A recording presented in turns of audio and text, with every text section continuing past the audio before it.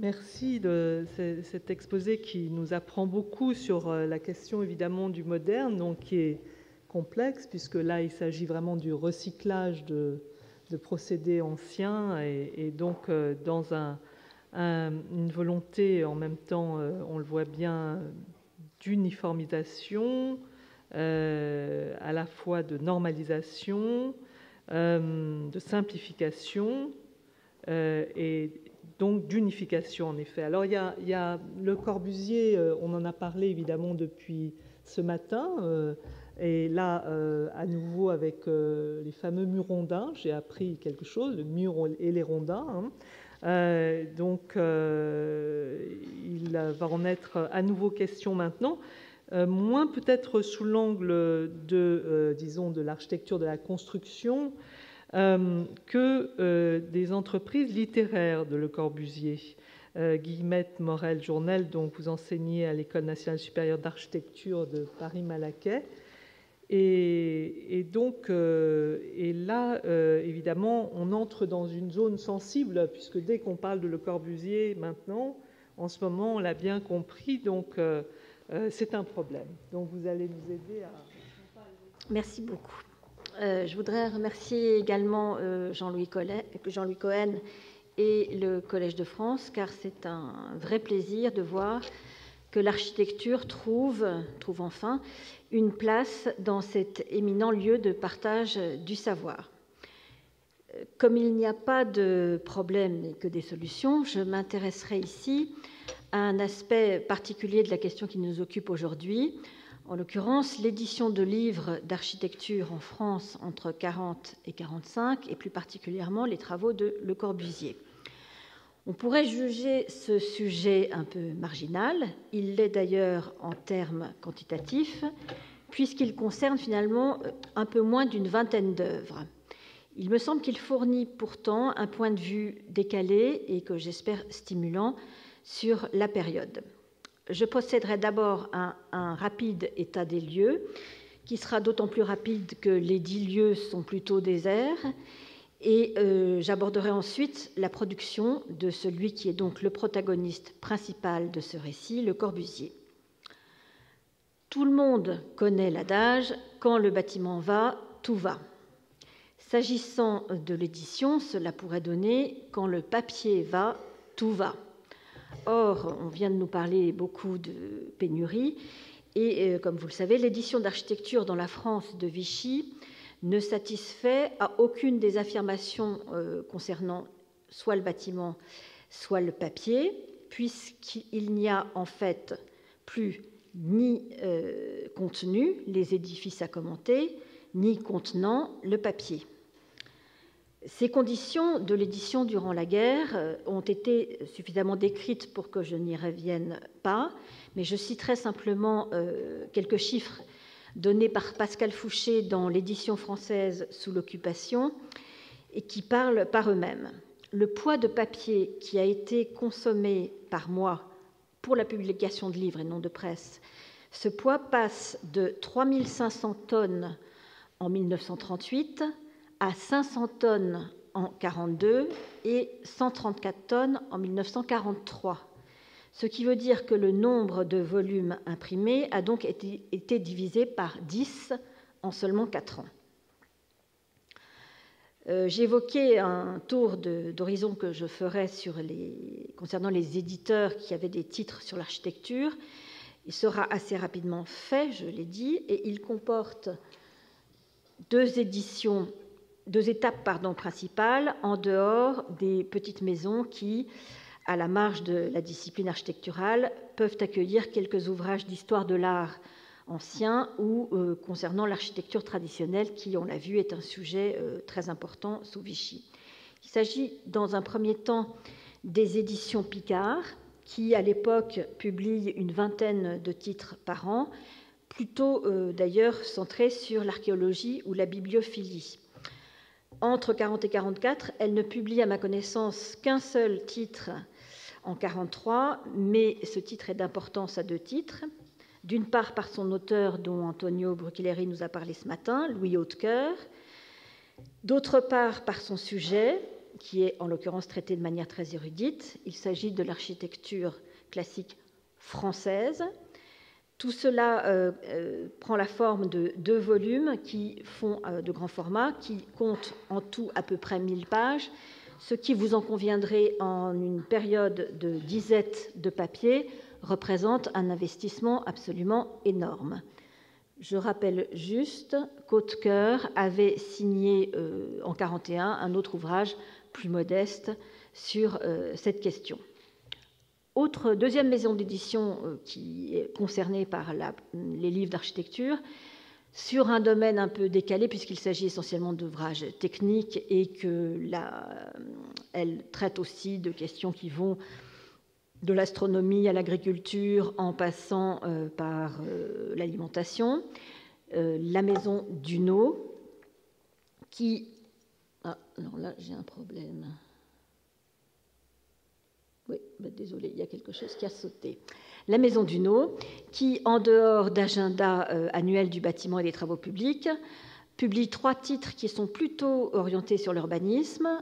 2, en 1941, La charte de l'urbanisme par André Guton, futur professeur à l'École des Beaux-Arts, et les volumineux problèmes d'urbanisme de Gaston Bardet, dont il a déjà été question, qui est par ailleurs un membre du comité de rédaction de l'architecture française, la revue qui publie à partir de 1940 et qui représente un peu la voix officielle de la profession. Enfin, il y a un petit volume d'André Boll, intitulé « Habitation moderne et urbanisme », qui paraît en 1942 et sur lequel je reviendrai. Je me dois de signaler toutefois, avant de passer au vif du sujet, un cas particulier qui est celui du succès qu'aura remporté une publication faite en 1941, l'histoire de l'architecture par Jean-Charles Moreux, autre contributeur de la revue L'Architecture française, qui paraît donc l'année même de la création aux presses universitaires de France de la célèbre collection Que sais-je, et qui connaîtra 13 réimpressions et rééditions. Ce qui n'est pas rien, vous en conviendrez. Alors, dans ce contexte éditorial difficile, une note de Michel Léris dans son journal du 16 février 1941 me semble parfaitement caractériser ce qu'il en est de Le Corbusier. Il s'interroge sur, je cite, « cette vraie maladie des gens de lettres », entre guillemets, qui ne conçoivent pas la possibilité de se taire et pour qui ne pas publier équivaut à une espèce d'anéantissement. Il se trouve que, certains d'entre vous le savent, la carte d'identité à l'époque de Le Corbusier porte comme mention de profession celle d'homme de lettres, puisqu'il ne pouvait pas porter le titre d'architecte. Et au début de la guerre, Le Corbusier n'est pas du tout un nouveau venu dans le monde de l'édition, puisqu'il a déjà signé une bonne douzaine d'ouvrages, notamment ceux qui font partie de la collection de l'Esprit Nouveau, mais d'autres encore, ce n'est pas le lieu de les présenter. Ce qu'il faut remarquer néanmoins, c'est que la plus grande part de cette œuvre publiée l'a été chez des éditeurs assez pointus, relativement confidentiels, comme en particulier Georges Cray, ou spécialisés d'un point de vue professionnel, comme les éditions de l'architecture vivante et celles de l'architecture d'aujourd'hui. Et ce que je vais essayer de montrer, c'est qu'avec la guerre, la stratégie d'occupation du terrain éditorial de l'architecte va changer radicalement. Désormais, pour lui, il s'agit de partir à l'assaut de maisons généralistes, si possible les plus prestigieuses d'entre elles. Et il y parviendra. Entre 1941 et 1945, il ne sort pas moins qu'un titre chez Gallimard, 2 chez Plon et 2 chez De Noël, sans compter des petits opuscules que je vais présenter. En outre, 2 autres titres, pourtant entièrement écrits et mis en page, n'ont pu paraître. Cela fait tout de même une production donc de 9 livres en 5 ans. C'est que l'architecte et peintre est un polygraphe infatigable et que son activité littéraire est d'autant plus intense que la période que nous considérons n'est pas propice à l'architecture, ni même, faute de fourniture, à la peinture. Ajoutez à cela les nombreux déplacements qu'il accomplit entre Paris, Ozon, Vézelay, Alger et Vichy, où il séjourne en pointillé durant 18 mois, et vous comprendrez que l'écriture est un format idéal pour un hyperactif comme lui. Pour simplifier l'organisation de ma présentation, je vais procéder de manière chronologique en cherchant à mettre en lumière les continuités que Le Corbusier établit d'un livre à l'autre et aussi les relations et les réseaux qu'il parvient à tisser dans le monde de l'édition française en général. Les premières parutions ne voient le jour qu'en 1941. Le Corbusier est alors âgé de 54 ans, mais l'écriture du livre que l'on voit ici remonte à 1939, sur les 4 routes. Je m'y arrête un peu car il s'agit d'un cas assez inédit et donc intéressant à ce titre, de collaboration littéraire entre un auteur et son éditeur. Le Corbusier s'est en effet tourné vers Jean Paulhan, directeur de l'ANRF, qu'il avait croisé dans différentes occasions mondaines et professionnelles depuis le début des années 20. On voit ici Paulhan dans le jardin de la Villa Church que Le Corbusier venait d'aménager dans les années 30. Le Corbusier lui écrit le 17 janvier 1940 « J'ai sur ma table 2 lettres de vous, jaunies par le soleil et l'âge, me demandant de rédiger pour vous un exposé sur les tâches de l'urbanisme. » Je précise parce que Le Corbusier est souvent taxé à juste titre d'affabulation, mais le double de ces lettres existe bien dans les archives. Ces lettres attendaient la réponse utile. La voici aujourd'hui. Mon livre, intitulé « Sur les 4 routes », livre d'avant-guerre, de guerre et d'après-guerre. Il s'agit d'un sujet qui traverse les incidents de la vie et les catastrophes. Il fait partie de la ligne d'une époque. C'est un argument qui reviendra toujours. Ce livre est très objectif et pourtant, il n'est point destiné aux professionnels. Il est comme le compagnon du foyer, puisqu'il ne vise qu'à instituer des foyers décents avec de la joie. Mais la publication dans une maison dotée d'un formidable effet de concentration de capital symbolique, comme diraient les sociologues, et sous la houlette d'un vrai éditeur exigeant, Paulhan, cette publication a un prix, celui de la réécriture, et l'affaire prendra presque 2 ans, d'où la sortie en 1941. Il est vrai que la première note de lecture qu'avait rédigée Paulhan indique qu'il y avait beaucoup de travail à faire sur le manuscrit. Les 4 routes sont celles de l'avion, du chemin de fer, de l'auto et du bateau. À leur rencontre, Le Corbusier demande que l'on bâtisse la cité radieuse. Il n'y a pas un instant à perdre. De la nature et de la construction de cette cité, Le Corbusier s'est expliqué ailleurs, entre parenthèses, d'ailleurs de façon assez confuse. Tantôt mémoire, tantôt essai, ce livre raconte plutôt les aventures de l'architecte qui a inventé la cité radieuse. Le ton est toujours sympathique, ardent, pressé. De fort belles pages sur Vézelay, mais que tout cela demeure incohérent, au petit bonheur lâché. Les reproches de Paulhan sont justifiés. Le livre est le montage parfois hâtif d'idées consignées au fil des jours, dans les carnets qui ne quittent jamais les poches de l'architecte, d'articles antérieurs, d'un texte neuf mais écrit à la hâte. Certes, le manuscrit a finalement été amendé et émondé, mais il gardera ce caractère confus, au petit bonheur, d'un ouvrage fait de morceaux de genre variés, dans un format de type littérature générale et sur un papier bouffant, quasiment dénué d'illustration. Signalons que ce type de produit éditorial est d'un genre nouveau pour Le Corbusier et que s'il est lié à une économie de crise, pas de papier, il l'est aussi à l'intention de son auteur de déspécialiser son public. Et cette intention, Le Corbusier la poursuivra pendant toute sa vie. Cette année même, 1941, Gallimard remporte le prix Goncourt, ou du moins un auteur Gallimard remporte le prix Goncourt, avec un ouvrage de l'écrivain régionaliste, ce qui est un thème fort bienvenu à l'époque, Henri Pourrat, Vent de Mars, qui avait déjà été consacré par un livre que vous connaissez peut-être encore maintenant, Vaillance, farce et aventure de Gaspard des Montagnes. Ce sont des contes à l'usage des enfants. Cela dit, cette même année-là, le même Pourra publie chez un éditeur nettement plus sulfureux un petit opuscule qui s'appelle Le paysan français. Or, cette année-là, justement, Le Corbusier a 2 chantiers en cours chez l'éditeur Sorlo. D'abord, un ouvrage qui aurait dû s'appeler La ferme radieuse et le centre coopératif, qui d'ailleurs vient d'être publié donc de manière posthume.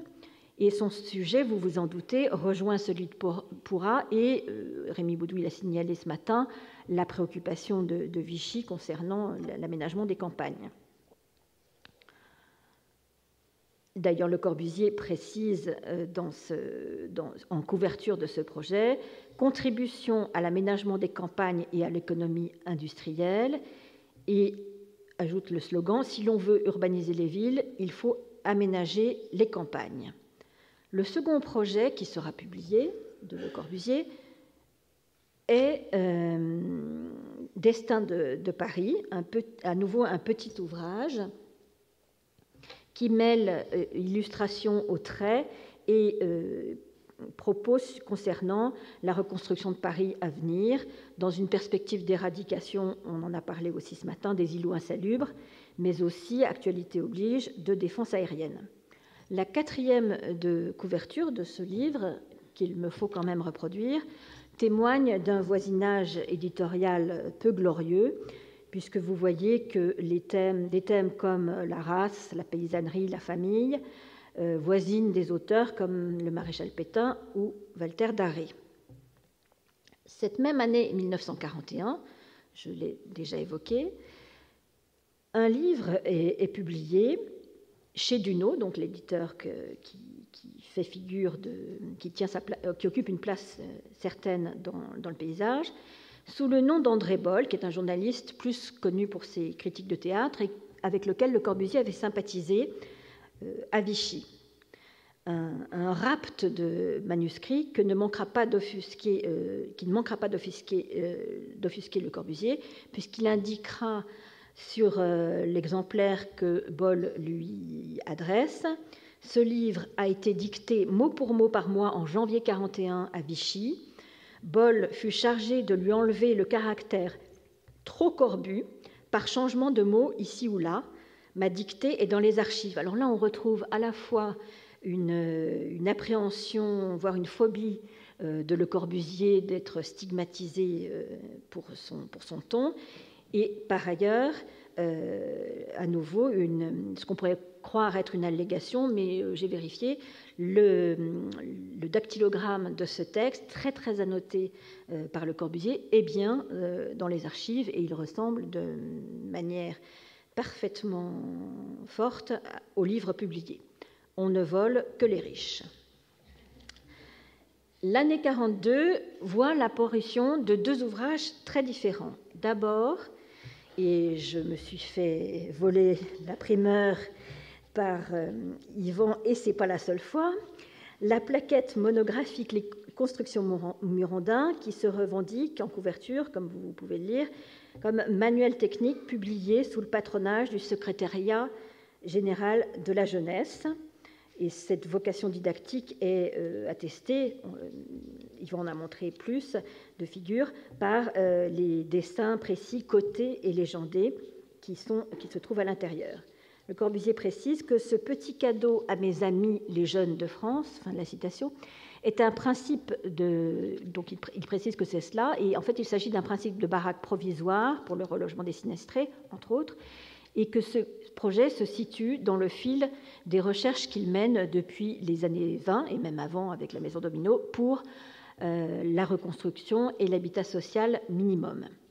L'année précédente, les mêmes éditions Chiron, je suis désolée, ma reproduction est bien moins bonne que celle d'Yvan, avait donc publié un ouvrage un peu similaire, même si la forme en était plus classique, sur les techniques des constructions légères. Et ce qui m'a frappé, moi, à la lecture, de manière beaucoup moins sérieuse que mon prédécesseur, c'est le fait qu'elle est donc due à un architecte qui s'appelle Jacques Coel, qui est plus connu pour ses réalisations qui sont du type de celles que vous voyez maintenant à l'écran et qui donc n'ont plus vraiment à voir avec ses amours passés. Sur un registre qui est radicalement opposé, Le Corbusier signe chez Plon, avec son ami François de Pierrefeu, un ouvrage qui, là, a vraiment été rédigé à quatre mains. Le texte courant par Pierrefeu, les images par Le Corbusier, qui les légende très amplement, comme à son habitude. Et ce qu'il faut voir, c'est qu'à part cette planche qui démontre l'idée que Le Corbusier ne s'intéresse ni à la manière dont vivent les gens, ni vraiment au logement, dans l'ensemble, l'ouvrage s'intéresse plus à l'échelle urbaine, voire territoriale, qu'à la maison. Cette aventure éditoriale chez Plon est renouvelée l'année suivante avec un ouvrage bien plus ambitieux, sinon dans sa forme, du moins dans son propos, qui d'ailleurs avait un peu inquiété le directeur, Maurice Jourdel, le directeur des éditions, qui écrivait à Le Corbusier, qui une fois de plus voulait se mêler de tout. « Votre idée d'un petit bloc carré et épais nous paraît irréalisable. Cela aura l'air de tout, sauf d'un livre. Or, nous vendons, et la librairie vend, du livre. » Ce livre, vous le savez, est aussi célèbre que controversé. Il est également très complexe dans sa genèse, mais comme ça m'emmènerait très très loin, je vais vous épargner ce passage de mon exposé. En fait, si Plon peut se permettre de publier des ouvrages au succès plus, disons, pas certain que telle La Maison des Hommes et La Charte d'Athènes, de ce côté-là, celui-ci, ça va bien marcher, c'est que la maison est relativement sereine quant à sa santé financière. Le directeur de Plon se réjouit, en effet, du succès de l'ouvrage de Georges Suarez, le maréchal Pétain, qui s'est déjà vendu à 96 000 exemplaires cette année-là. En outre, L'Homme, cet inconnu d'Alexis Carrel, qui était paru 7 ans plus tôt, continue à se vendre à plus de 5 000 exemplaires par mois. Il est de bon ton de fustiger le travail de Carrel, père de l'eugénisme, aujourd'hui, mais si l'on le remet dans le contexte, il faut se souvenir que cela faisait partie, ce livre, vraiment de la bibliothèque de tout honnête homme, et que plus d'1 million d'exemplaires ont été vendus au cours du XXe siècle, en français seulement. Il y a eu beaucoup de traductions. Le Corbusier était un grand admirateur de Carrel. Il aurait voulu qu'il donne une préface sur les 4 routes, mais Paulan n'était pas du tout d'accord. Il a suggéré Jean Giraudoux, dont Le Corbusier était très proche, et passionné d'ailleurs de son livre Plein pouvoir. Et puis finalement, cette préface n'aura pu se faire que dans la Charte d'Athènes, puisque, vous le voyez, c'est signalé en couverture. Cela dit, en 1942, il y a un grand succès de librairie, ce n'est pas encore la Charte d'Athènes, mais plutôt un gros crachat de 664 pages produit d'un cacographe maniaque. Selon Charles Maurras, j'ai cité Les décombres de Lucien Rebattet, qui, selon Pascal Horry dans son livre Les collaborateurs, aurait été édité à plus de 100 000 exemplaires cette même année. Et pourtant, c'est bien chez De Noël que paraissent les 3 ouvrages suivants de ou sur Le Corbusier.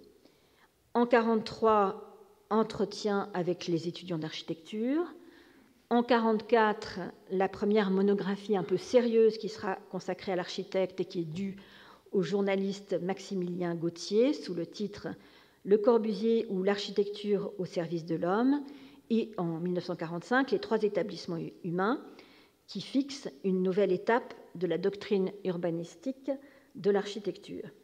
Dans l'entretien avec les étudiants, dont Le Corbusier, comme pour tous ses ouvrages, prépare la maquette et notamment la couverture, une fois de plus, il faut préciser que ce titre n'a pas grand-chose à voir avec le genre annoncé dans le titre, puisqu'il s'agit d'un monologue et que Le Corbusier ne s'adresse pas directement aux étudiants, puisqu'en fait, il pense que le travail didactique est plutôt mené dans son œuvre complète. Il y en a déjà 4 volumes publiés à cette époque-là, qui sont des ouvrages à l'italienne, essentiellement de plans et de photos, mais aussi de textes, qui sont publiés en Suisse et qui sont de nouveau devenus des best-sellers. Ce qu'on remarque, c'est que c'est la première fois qu'apparaît ce cycle, ce signal un peu binaire que vous voyez en deux faces qui se reflètent. C'est le sigle de l'as choral, où assemblée des... Quand je ne retrouve plus mes notes, alors c'est toujours difficile de le faire de tête. Association, des constructeurs pour la rénovation architecturale, qui réunissait des gens de bonne volonté, mais pas seulement des architectes. Et donc, c'était une structure qu'avait fondée, je crois, en 1943 Le Corbusier et qui durera après la guerre et qui sera même revendiquée dans les ouvrages de 50 et 55 sur le modular. Ce fameux sigle, on le retrouve sur la couverture en 1945 des 3 établissements humains. J'ai dit que c'était un ouvrage qui avait été co-signé par plusieurs auteurs. Et en 1946, je déborde un peu de mon champ parce que les livres sont vraiment totalement issus de la pensée de Le Corbusier pendant la guerre. Là d'abord, oui, une image qui montre, dans une espèce de publicité, qui montre que pour Le Corbusier, le livre Plein pouvoir de Giraudoux, qui pourtant avait été rédigé de manière tout à fait autonome, fait directement partie de la série de ses propres travaux associés nouvellement à l'as choral. Et donc, les ouvrages de 1946, qui, au fond, traitent toujours un peu du même sujet, constituent, avec les ouvrages précédents, une sorte de corps de doctrine concernant la reconstruction qui s'annonce et la position sur l'urbanisme et l'aménagement du territoire de Le Corbusier. Alors, que faut-il retenir de ce petit parcours éditorial que je viens d'effectuer ? Il me semble que la dizaine de titres qui ont été publiés pendant la guerre par Le Corbusier indique qu'il est en train de procéder à une inflexion dans sa propre stratégie de promotion qui concerne d'ailleurs à la fois son œuvre, ses idées, mais lui-même en tant que personnage, et que cette promotion passe donc par le livre. On sait depuis toujours que l'imprimé est un outil de communication qu'il aura utilisé toute sa vie, avec une constance et aussi une maîtrise qu'aucun autre architecte du XXe siècle n'aura su mettre en œuvre. Cette inflexion, elle consiste à aborder dans des supports qui sont maintenant de type généraliste, Gallimard, de Noël, Plon, et pour un public beaucoup plus ouvert, d'aborder donc des sujets que l'on pourrait dire de société, la reconstruction, l'aménagement du territoire, le confort du logement. Et cette inflexion lui permet en fait de négocier la transition entre sa production éditoriale d'avant-guerre et celle qu'il aura dans l'après-guerre, c'est-à-dire au fond le passage de la construction d'une doctrine disciplinaire à la justification d'une esthétique personnelle. La première période avant-guerre était plus centrée donc sur la discipline architecturale et sur sa position d'avant-garde. Ce faisant, il occupait une sorte de position de niche dans le marché de l'édition. En revanche, la seconde, dont témoignent aussi les nombreuses rééditions que je vous montre rapidement, nombreuses rééditions des ouvrages que je viens de vous décrire. Non, là je vous les montre tous, mais maintenant je vous montre les rééditions. Donc cette stratégie de l'après-guerre, elle conforte, me semble-t-il, le statut que souhaite acquérir et qu'est en train d'acquérir d'ailleurs Le Corbusier, un statut d'artiste, de créateur protéiforme et à part entière, et parfois même de poète. Merci.